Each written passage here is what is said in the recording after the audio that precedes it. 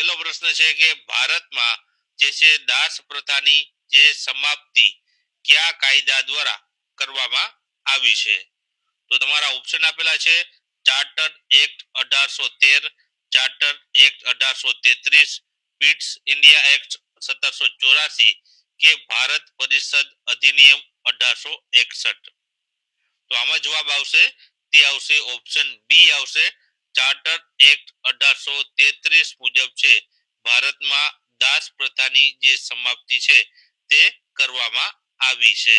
ત્યારબાદ આગળનો પ્રશ્ન આપણે જોઈએ તો આગળનો પ્રશ્ન છે કે કયા કાયદા દ્વારા ભારતીય પ્રદેશોને બ્રિટિશ તાજની સત્તા હેઠળ મુકાયું? ઓપ્શન આપેલા છે ભારત શાસન અધિનિયમ 1858, ભારત પરિષદ અધિનિયમ 1861, ચાર્ટર્ડ એક્ટ 1833 કે ભારત પરિષદ અધિનિયમ 1892.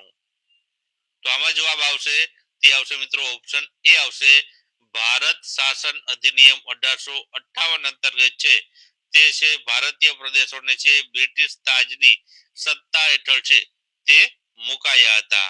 ત્યારબાદ આગળનો પ્રશ્ન આપણે જોઈએ તો આગળનો પ્રશ્ન છે કે સાંપ્રદાયિકની જાહેરાત કોના દ્વારા કરવામાં આવી હતી?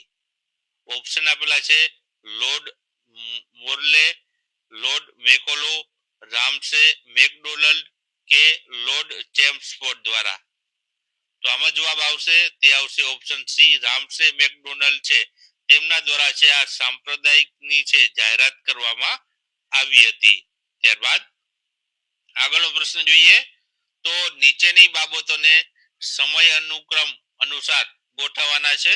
તમને 4 અલગ અલગ બાબતો આપેલી છે તેમાં પેલું છે કેબિનેટ મિશન, બીજું છે સાંપ્રદાયિકતા જાહેરાત, સાયમન કમિશન અને ક્રિપ્સ મિશન.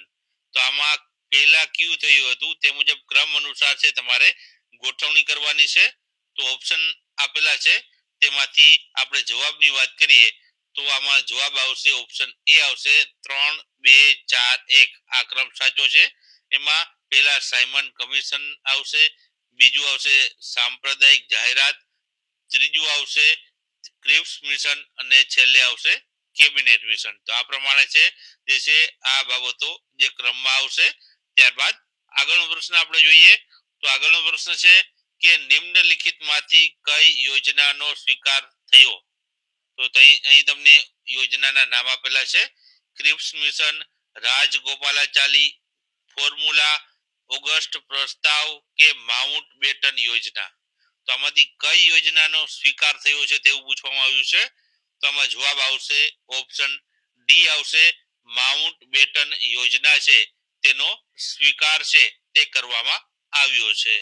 ત્યારબાદ આગળનો પ્રશ્ન આપણે જોઈએ તો બંધારણ સભા છે તેને કેટલા સભ્યોએ ભારતના બંધારણ ઉપર સહી કરી હતી?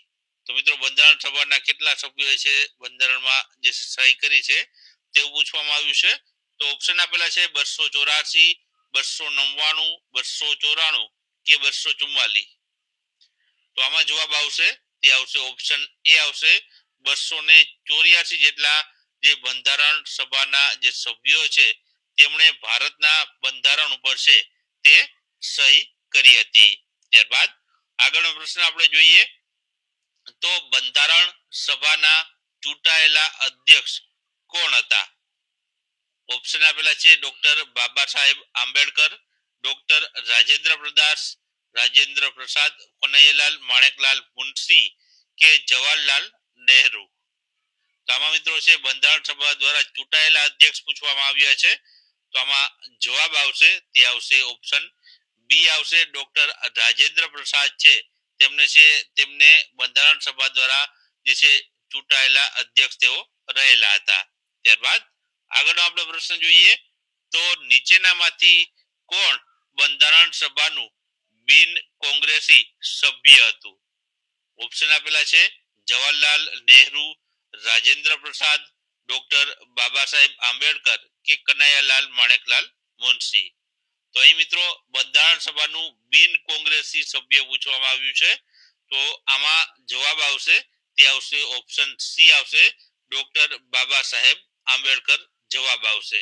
ત્યારબાદ આગળનો પ્રશ્ન છે કે કેબિનેટ મિશન દ્વારા કેટલા સભ્યો ધરાવતી બંધારણ સભાની રચના કરવામાં આવી હતી? એટલે કે મિત્રો બંધારણ સભાની જે છે સંખ્યા પૂછવામાં આવી હતી કે કેટલા સભ્યો છે તેમાં.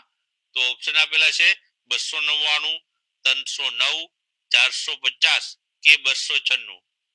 તો આમાં જવાબ આવશે મિત્રો તે આવશે ઓપ્શન ડી આવશે 296 જે છે સભ્યો ધરાવતી જે બંધારણ સભા છે તેની રચના છે મિત્રો કેબિનેટ મિશન દ્વારા છે તે કરવામાં આવી હતી.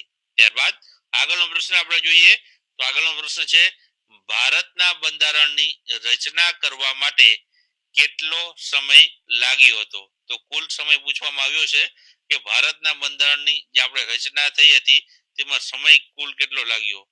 તો ઓપ્શન આપેલા છે 1 વર્ષ 10 મહિના અને 12 દિવસ, 2 વર્ષ 10 મહિના અને 5 દિવસ, 2 વર્ષ 11 મહિના અને 18 દિવસ કે 3 વર્ષ 6 મહિના અને 7 દિવસ. તો આમાં જવાબ આવશે તે આવશે 2 વર્ષ 11 મહિના અને 18 દિવસનો સમય છે તે ભારતીય બંધારણની છે રચના કરવા માટે છે તે લાગેલો સમય છે. ત્યારબાદ આગળનો પ્રશ્ન આપણે જોઈએ તો આગળનો પ્રશ્ન છે કે બંધારણ સભા પ્રથમ વખત ક્યારે મળી હતી? પ્રથમ વખત ક્યારે મળી હતી? તો ઓપ્શન આપેલા છે 26 જાન્યુઆરી 1950 માં, 15 ઓગસ્ટ 1947, 9 ડિસેમ્બર 1946 કે 19 નવેમ્બર 1949 માં. તો આમાં જવાબ શું આવશે? તો આ પ્રશ્નમાં મિત્રો જવાબ આવશે તે આવશે ઓપ્શન સી આવશે 9 ડિસેમ્બર 1946 માં છે મિત્રો બંધારણ સભા હતી તેની પ્રથમ જે છે જે પ્રથમ વખત છે બંધારણ સભાની જે છે જે મીટિંગ અથવા તો પ્રથમ વખત જે બંધારણ સભા મળી હતી. ત્યારબાદ આગળનો પ્રશ્ન જોઈએ તો બંધારણ સભામાં ઉદ્દેશ્ય પ્રસ્તાવ છે તે કોના દ્વારા રજૂ કરવામાં આવ્યો હતો? ઓપ્શન આપેલા છે ડોક્ટર બી.આર. આંબેડકર, જવાહરલાલ નહેરુ, ડોક્ટર રાજેન્દ્ર પ્રસાદ કે ડોક્ટર સી.ડી. દેશમુખ દ્વારા. તો આમાં મિત્રો છે જવાબ આવશે તે આવશે ઓપ્શન બી આવશે જવાહરલાલ નહેરુ છે તેમના દ્વારા મિત્રો છે બંધારણ સભામાં ઉદ્દેશ્ય પ્રસ્તાવ છે તે રજૂ કરવામાં આવ્યો હતો. ત્યારબાદ આગળનો પ્રશ્ન આપણે જોઈએ તો આગળનો પ્રશ્ન છે કે નીચે આપેલ વિગતોમાં ખરો વિકલ્પ છે તમારે પસંદ કરવાનો છે. આમ બાજુ સમિતિ છે અને સામે તેના જે છે સમિતિને જે છે વ્યક્તિઓના નામ આપેલા છે તો આમાં સાચો વિકલ્પ કયો છે તે તમારે જોવાનો છે. ઓપ્શન તમને આપેલા છે તેમાંથી આપણે જવાબ જોઈએ તો કઈ રીતના જવાબ આવશે તો એ સામે 2 આવશે એટલે કે સંચાલન અને સમજૂતી સમિતિમાં મિત્રો આવશે રાજેન્દ્ર પ્રસાદ, રાષ્ટ્રીય ઝંડા સમિતિમાં આવશે જે.બી. કૃપલાણી, કેન્દ્ર અથવા તો સંઘ બંધારણ સમિતિમાં છે તે આવશે જવાહરલાલ નહેરુ અને ક્ષેત્રીય અને અથવા તો પ્રાંતીય બંધારણ સમિતિમાં આવશે સરદાર વલ્લભભાઈ પટેલ આવશે. તો આ પ્રમાણે ઓપ્શન એ છે તે સાચો જવાબ છે તે રહેલો છે. આ સમિતિ આપેલી છે સામે વ્યક્તિઓ આપેલા છે. ત્યારબાદ આગળનો પ્રશ્ન આપણે જોઈએ તો આગળનો પ્રશ્ન છે કે ભારત સ્વતંત્ર થયા 15 ઓગસ્ટ 1947 બાદ તેમજ ભારતના બંધારણને લાગુ થતા 26 જાન્યુઆરી 1950 પહેલા દેશનું શાસન કયા કાયદા અંતર્ગત છે ચલાવવામાં આવ્યું હતું? તો ઓપ્શન આપેલા છે કામચલાઉ બંધારણ 1947, ભારતીય સ્વતંત્રતા અધિનિયમ 1947, બ્રિટિશમાં સ્થાપિત કાયદાઓ દ્વારા કે ભારત શાસન અધિનિયમ 1935. એટલે મિત્રો ભારત આઝાદ થયા બાદ તેમજ પ્રથમ વખત બંધારણ લાગુ થયું તે પહેલા કે કયું જે છે કાયદા અંતર્ગત જે છે શાસન ચલાવવામાં આવતું હતું? તો આમાં ઓપ્શનમાંથી જવાબ આવશે ઓપ્શન ડી આવશે ભારત શાસન અધિનિયમ 1935 અંતર્ગત છે તે આ શાસન છે તે ચલાવવામાં આવતું હતું. ત્યારબાદ આગળનો પ્રશ્ન છે કે મૂળભૂત અધિકારોનો ખ્યાલ કયા દેશના બંધારણ પ્રેરિત છે? એટલે કે કયા બંધારણના પ્રેરણાથી છે તે મૂળભૂત અધિકારોનો જે ખ્યાલ છે તે લેવામાં આવેલો છે? ઓપ્શન આપેલા છે યુએસએસઆર, ઇંગ્લેન્ડ, યુએસએ કે જર્મની. તો આમાં જવાબ આવશે ઓપ્શન સી આવશે યુએસએ દેશના બંધારણથી પ્રેરિત થઈને છે ભારતીય બંધારણમાં છે મૂળભૂત અધિકારોનો જે ખ્યાલ છે તે લેવામાં આવેલો છે. ત્યારબાદ આગળનો પ્રશ્ન જોઈએ તો આગળનો પ્રશ્ન છે કે ભારતીય સંવિધાનના મૂળભૂત માળખાની વ્યાખ્યા કરવાનો અધિકાર કોને આપવામાં આવ્યો છે? ઓપ્શન આપેલા છે ભારતીય બંધારણને, સર્વોચ્ચ ન્યાયાલયને, રાષ્ટ્રપતિને કે સંસદને. તો આમાં જવાબ આવશે તે આવશે ઓપ્શન બી આવશે. ભારતની જે સર્વોચ્ચ ન્યાયાલય છે તેને છે આ અધિકાર આપવામાં આવેલો છે. ત્યારબાદ આગળનો પ્રશ્ન છે કે સ્વતંત્રતા, સમાનતા, બંધુત્વતા ના સિદ્ધાંતો છે તે કયા દેશના બંધારણમાંથી લેવામાં આવ્યા છે? ઓપ્શન આપેલા છે ઓસ્ટ્રેલિયા, ફ્રાન્સ, બ્રિટન કે અમેરિકાના બંધારણમાંથી. તો આમાં જવાબ આવશે તે આવશે ઓપ્શન બી આવશે. ફ્રાન્સના બંધારણમાંથી છે આ સ્વતંત્રતા, સમાનતા અને બંધુત્વતાનો સિદ્ધાંત છે તે ભારતીય બંધારણમાં લેવામાં આવ્યો છે. ત્યારબાદ આગળનો પ્રશ્ન છે કે નિમ્નલિખિતમાંથી સમવાય તંત્રનો કયો સિદ્ધાંત ભારતીય રાજકીય વ્યવસ્થામાં જોવા મળતો નથી? તો ઓપ્શન આપેલા છે દ્વિનાગરિકત્વતા, કેન્દ્ર અને રાજ્ય વચ્ચે સત્તાનું વિભાજન, બંધારણની સર્વોચ્ચતા કે બંધારણની વ્યાખ્યા કરવાનો ન્યાયતંત્રને અધિકાર. તો આમાં મિત્રો જોવા મળતો નથી તેવું પૂછવામાં આવ્યું છે. તો આમાં જવાબ આવશે ઓપ્શન એ આવશે નાગરિકત્વતા છે તે વ્યવસ્થા છે ભારતીય બંધારણમાં છે જોવા મળતી નથી. ત્યારબાદ આગળનો પ્રશ્ન છે કે નાગરિકતાને ભારતીય બંધારણના કયા ભાગમાં જે છે સમાવેશ કરવામાં આવેલો છે? તો ઓપ્શન આપેલા છે તૃતીય, પ્રથમ, દ્વિતીય કે ચતુર્થ ભાગમાં. તો આમાં જવાબ આવશે ઓપ્શન સી આવશે. દ્વિતીય ભાગમાં છે જે નાગરિકતાને છે મિત્રો ભારતીય બંધારણમાં છે તે સમાવેશ કરવામાં આવેલો છે. ત્યારબાદ આગળનો પ્રશ્ન છે કે ભારતીય લોકતંત્રમાં પ્રજાસત્તાક એટલે કે રિપબ્લિકનો સિદ્ધાંત છે તે સેના દ્વારા પ્રદર્શિત થાય છે? તો ઓપ્શન આપેલા છે લેખિત બંધારણ દ્વારા, બિન સાંપ્રદાયિકતા દ્વારા, સ્થાનિક સરકાર સુધી સત્તાની વહેંચણી દ્વારા કે રાષ્ટ્રના વડા તેમજ પ્રતિનિધિઓની ચૂંટણી દ્વારા. તો આમાં જવાબ આવશે તે આવશે ઓપ્શન ડી આવશે. રાષ્ટ્રના વડા તેમજ પ્રતિનિધિઓની ચૂંટણી દ્વારા. ત્યારબાદ આગળનો પ્રશ્ન છે કે ભારતમાં લોકતંત્ર છે તે કેવા પ્રકારનું લોકતંત્ર છે? ઓપ્શન આપેલા છે મૂળભૂત લોકતંત્ર, નિર્દેશિત લોકતંત્ર, મર્યાદિત લોકતંત્ર કે સ્વતંત્ર લોકતંત્ર. તો આમાં જવાબ આવશે તે આવશે ઓપ્શન ડી જવાબ આવશે. ભારતનું જે છે લોકતંત્ર છે તે સ્વતંત્ર લોકતંત્ર રહેલું છે. ત્યારબાદ આગળનો પ્રશ્ન છે કે નિમ્નલિખિતમાંથી ભારતીય બંધારણ ઉપર સૌથી વધુ પ્રભાવ છે પાડ્યો છે એટલે કોણે પ્રભાવ પાડ્યો છે? તો ઓપ્શન આપેલા છે government of India act 1935, Indian council act 1909, Indian government act 1919 કે ઇન્ડિયન ઇન્ડિપેન્ડન્સ એક્ટ 1947. તો આમાંથી મિત્રો કયો કાયદો છે તેમણે છે ભારતીય બંધારણ ઉપર સૌથી વધુ પ્રભાવ પાડ્યો છે? તો આમાં જવાબ આવશે ઓપ્શન એ આવશે. ગવર્નમેન્ટ ઓફ ઇન્ડિયા એક્ટ 1935 નો જે કાયદો છે તેમણે ભારતીય બંધારણ ઉપર છે સૌથી વધુ પ્રભાવ પાડ્યો છે. તો પહેલો પ્રશ્ન મિત્રો છે કે ભારતીય નાગરિકને મત આપવાનો અધિકાર બંધારણ હેઠળ ખાલી જગ્યા. તો ઓપ્શન આપેલા છે દીવાની અધિકાર છે, રાજકીય અધિકાર છે, મૂળભૂત ફરજ છે કે મૂળભૂત અધિકાર છે. તો આમાં મિત્રો જવાબ શું આવશે? તો આ પ્રશ્નમાં જવાબ આવશે ઓપ્શન બી આવશે. આ છે મિત્રો ભારતીય નાગરિકનો રાજકીય અધિકાર રહેલો છે. ત્યારબાદ આગળનો આપણે પ્રશ્ન જોઈએ તો સંવિધાનના આરંભે નાગરિકતાની જોગવાઈ કયા અનુચ્છેદમાં કરવામાં આવેલી છે? તો ઓપ્શન તમને આપેલા છે અનુચ્છેદ 5 માં, અનુચ્છેદ 7 માં, અનુચ્છેદ 6 માં કે અનુચ્છેદ નંબર 8 માં. તો મિત્રો આમાં જવાબ આવશે ઓપ્શન એ આવશે. અનુચ્છેદ નંબર 5 છે તેમાં મિત્રો છે સંવિધાનના આરંભ માટે છે નાગરિકતાની જે જોગવાઈ છે તે કરવામાં આવેલી છે. ત્યારબાદ આગળનો પ્રશ્ન જોઈએ તો બંધારણ દ્વારા નાગરિકોને છે કયા પ્રકારની છે? તો આમાં મિત્રો ઓપ્શન આપેલા છે એકલ નાગરિકત્વ, દ્વિ નાગરિકત્વ, બહુ નાગરિકત્વ કે સમાન નાગરિકત્વ.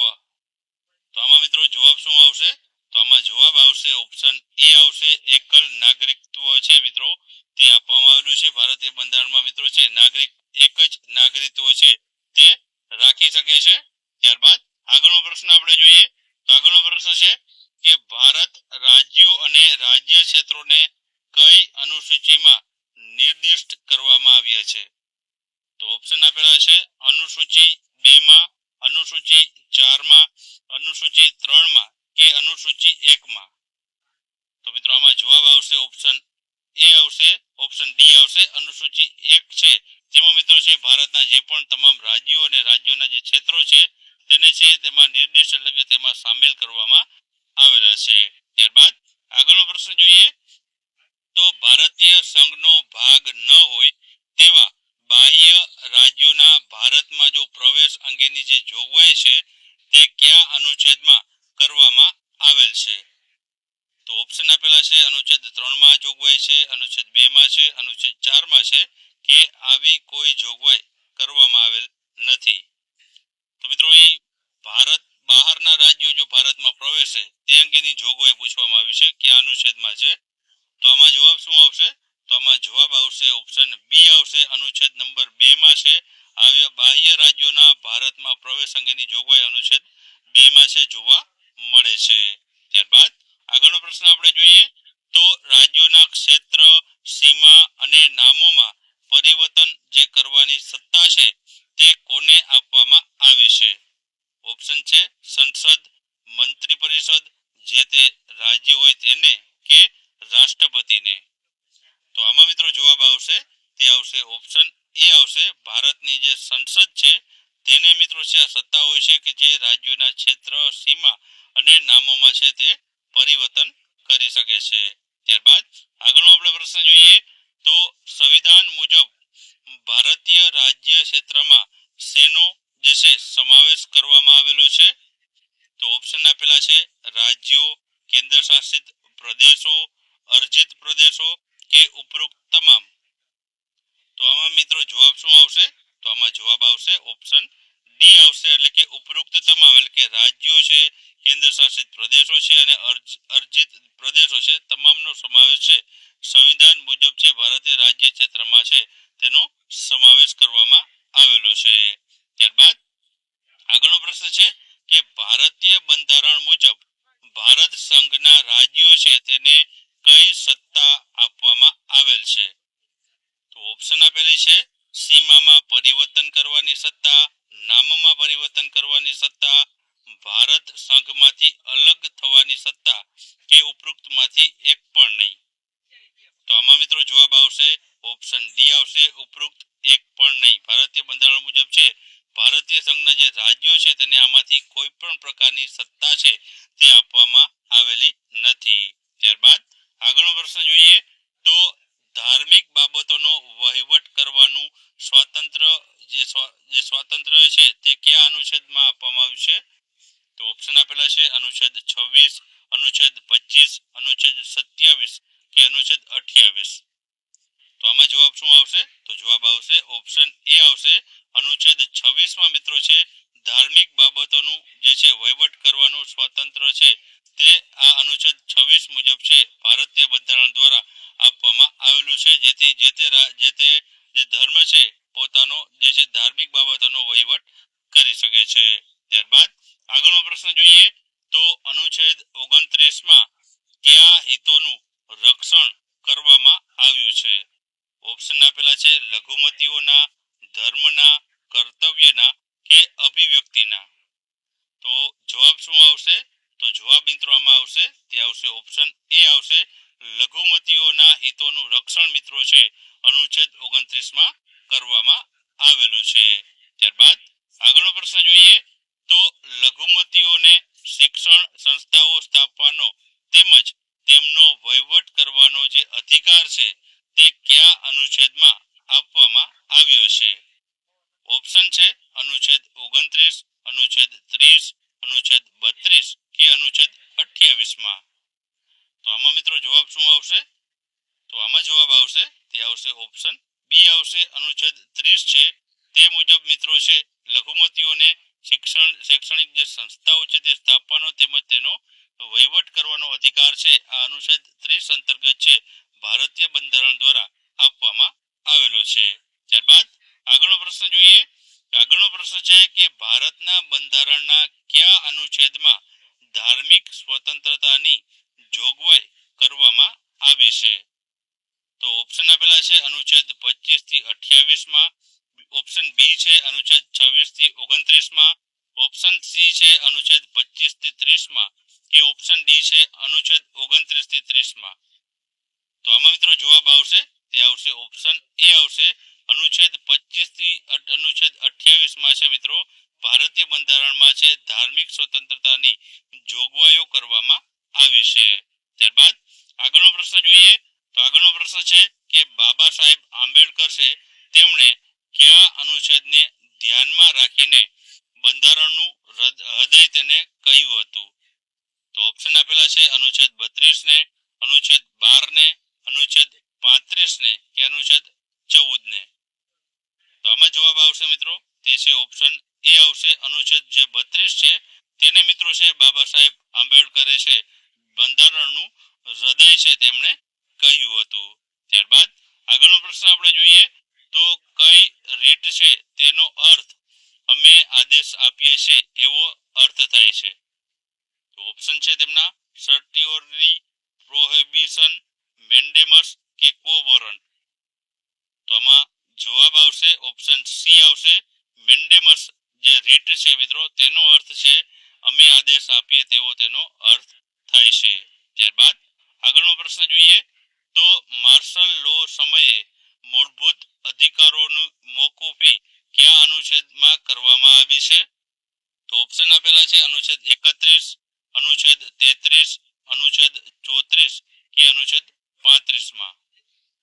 તો આમાં મિત્રો જવાબ આવશે તે આવશે ઓપ્શન સી આવશે અનુચ્છેદ 34 જે છે તે અંતર્ગત માર્શલ લો સમય છે મૂળભૂત જે અધિકારો છે તેને મોકૂફ રાખવામાં આવે છે। ત્યારબાદ આગળનો પ્રશ્ન છે કે મૂળભૂત અધિકારોને સ્થગિત કરવાની જે સત્તા છે તે કોની પાસે છે? ઓપ્શન છે ભારતીય બંધારણ પાસે, સર્વોચ્ચ ન્યાયાલય પાસે, રાષ્ટ્રપતિ પાસે કે સંસદ પાસે। તો આમાં જવાબ આવશે તે આવશે ઓપ્શન સી આવશે રાષ્ટ્રપતિ છે તેમની પાસે સત્તા છે કે તે મૂળભૂત અધિકારો છે તેને સ્થગિત કરી શકે। ત્યારબાદ આગળનો પ્રશ્ન જોઈએ તો આગળનો પ્રશ્ન છે ભારતીય બંધારણ મુજબ છે નીચેનામાંથી કયો અધિકાર મૂળભૂત અધિકાર નથી? જો તમને નીચે છે વિવિધ અધિકારો આપેલા છે તેમાંથી કયો અધિકાર છે તે મૂળભૂત અધિકાર નથી તે જણાવવાનું છે। તો ઓપ્શન આપણે જોઈએ તો સમાનતાનો અધિકાર, માહિતીનો અધિકાર, ધાર્મિક સ્વતંત્રતાનો અધિકાર કે બંધારણીય ઇલાજોનો અધિકાર। તો આમાં જવાબ આવશે ઓપ્શન બી આવશે માહિતીનો અધિકાર છે મિત્રો તેને મૂળભૂત અધિકાર છે તે ભારતીય બંધારણ મુજબ માનવામાં આવતો નથી। ત્યારબાદ આગળનો પ્રશ્ન જોઈએ તો આગળનો પ્રશ્ન છે કે કાયદા સમક્ષ સમાનતા છે આ કયા અનુચ્છેદમાં ઉલ્લેખિત છે? એટલે કે કાયદા સમક્ષ બધા સમાન છે તેવું છે મિત્રો ભારતીય બંધારણના કયા અનુચ્છેદમાં જે દર્શાવેલું છે અથવા તો ઉલ્લેખિત છે? તો ઓપ્શન તમને આપેલા છે અનુચ્છેદ 12, અનુચ્છેદ 14, અનુચ્છેદ 16 કે અનુચ્છેદ 18 માં। તો આમાં જવાબ આવશે મિત્રો તે છે ઓપ્શન બી આવશે અનુચ્છેદ 14 માં મિત્રો છે કાયદા સમક્ષ સમાનતા અંગેનો અનુચ્છેદ છે તેમાં છે આ અંગેની જોગવાઈ છે તે જોવા મળે છે। ત્યારબાદ આગળનો પ્રશ્ન જોઈએ તો બંધારણના કયા અનુચ્છેદમાં રાજ્યની વ્યાખ્યા કરવામાં આવી છે? ઓપ્શન આપેલા છે અનુચ્છેદ 12 માં, અનુચ્છેદ 13 માં, અનુચ્છેદ 30 કે અનુચ્છેદ 16 માં। તો અહીં રાજ્યના વ્યાખ્યાની વાત કરવામાં આવી છે તો આ મિત્રો છે અનુચ્છેદ 12 માં છે આ જે છે માહિતી આપેલી છે રાજ્યની વ્યાખ્યા અંગેની। ત્યારબાદ આગળનો પ્રશ્ન જોઈએ તો ભારતના બંધારણના કયા ભાગને ભારતનો મેગ્ના કાર્ટા કહેવામાં આવે છે? તો ઓપ્શન આપેલા છે ભાગ 2, ભાગ 3, ભાગ 4 કે ભાગ 1 ને।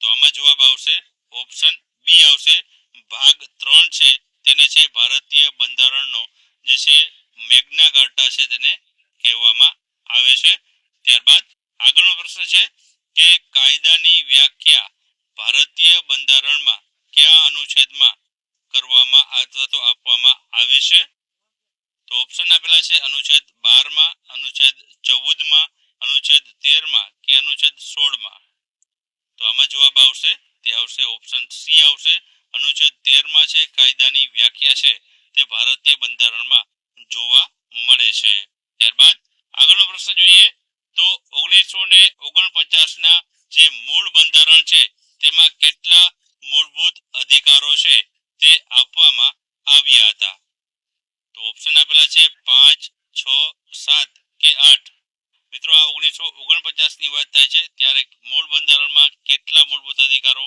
અપાયા હતા તો ઓપ્શનમાંથી જવાબ મિત્રો આવશે તે આવશે ઓપ્શન સી આવશે 7 જેટલા મૂળભૂત અધિકારો છે તે 1949 ના મૂળ બંધારણમાં આપવામાં આવ્યા હતા ત્યારબાદ છે એક મૂળભૂત અધિકારને છે સ્થગિત કરવામાં આવ્યો હતો હવે 6 જેટલા મૂળભૂત અધિકારો રાખેલા છે ત્યારબાદ આગળનો પ્રશ્ન જોઈએ તો સમાનતાનો અધિકાર જે છે કેટલામાં અનુચ્છેદમાં વિસ્તારિત છે એટલે કે કેટલામાં અનુચ્છેદમાં આપવામાં આવ્યો છે તો ઓપ્શન આપેલા છે 5મા અનુચ્છેદમાં 6થા અનુચ્છેદમાં 7મા અનુચ્છેદમાં કે 8મા અનુચ્છેદમાં તો આમાં જવાબ આવશે ઓપ્શન એ આવશે 5મા અનુચ્છેદમાં છે મિત્રો સમાનતાના અધિકાર અંગેનું જે છે વિસ્તારિત માહિતી આપવામાં આવેલી છે ત્યારબાદ આગળનો પ્રશ્ન છે કે કોની સંમતિ વિના ભારતનો કોઈ નાગરિક અન્ય દેશ પાસેથી હોદ્દો કે ઇલ્કલાબ સ્વીકારી શકતો નથી એટલે કે કોની પાસેથી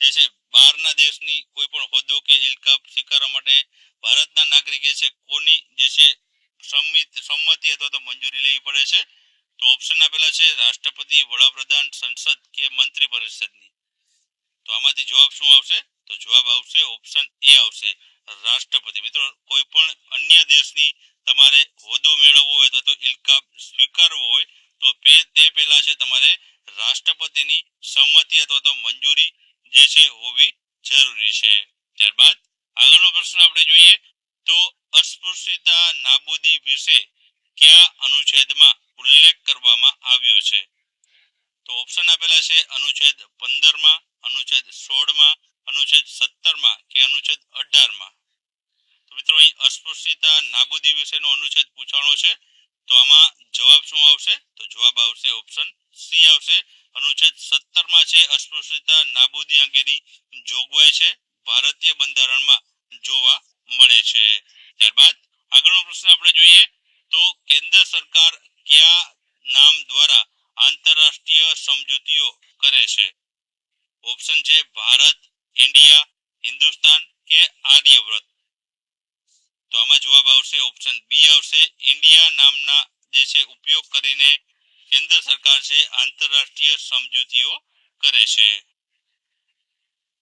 ત્યારબાદ આગળનો પ્રશ્ન છે કે રાજ્યની સીમા ક્ષેત્ર અને નામમાં ફેરફાર કરવાની જે છે કોની પૂર્વ મંજૂરી આવશ્યક છે તો ઓપ્શન છે જે તે રાજ્યના રાજ્યપાલની મંત્રી પરિષદની રાષ્ટ્રપતિની કે ભારત સરકારની તો આમાં જવાબ આવશે મિત્રો ઓપ્શન સી આવશે રાષ્ટ્રપતિની પૂર્વ મંજૂરી જરૂરી છે તમારે કોઈ પણ રાજ્યની સીમા ક્ષેત્ર કે નામમાં ફેરફાર કરવો હોય તો રાષ્ટ્રપતિની પૂર્વ મંજૂરી લેવી જરૂરી છે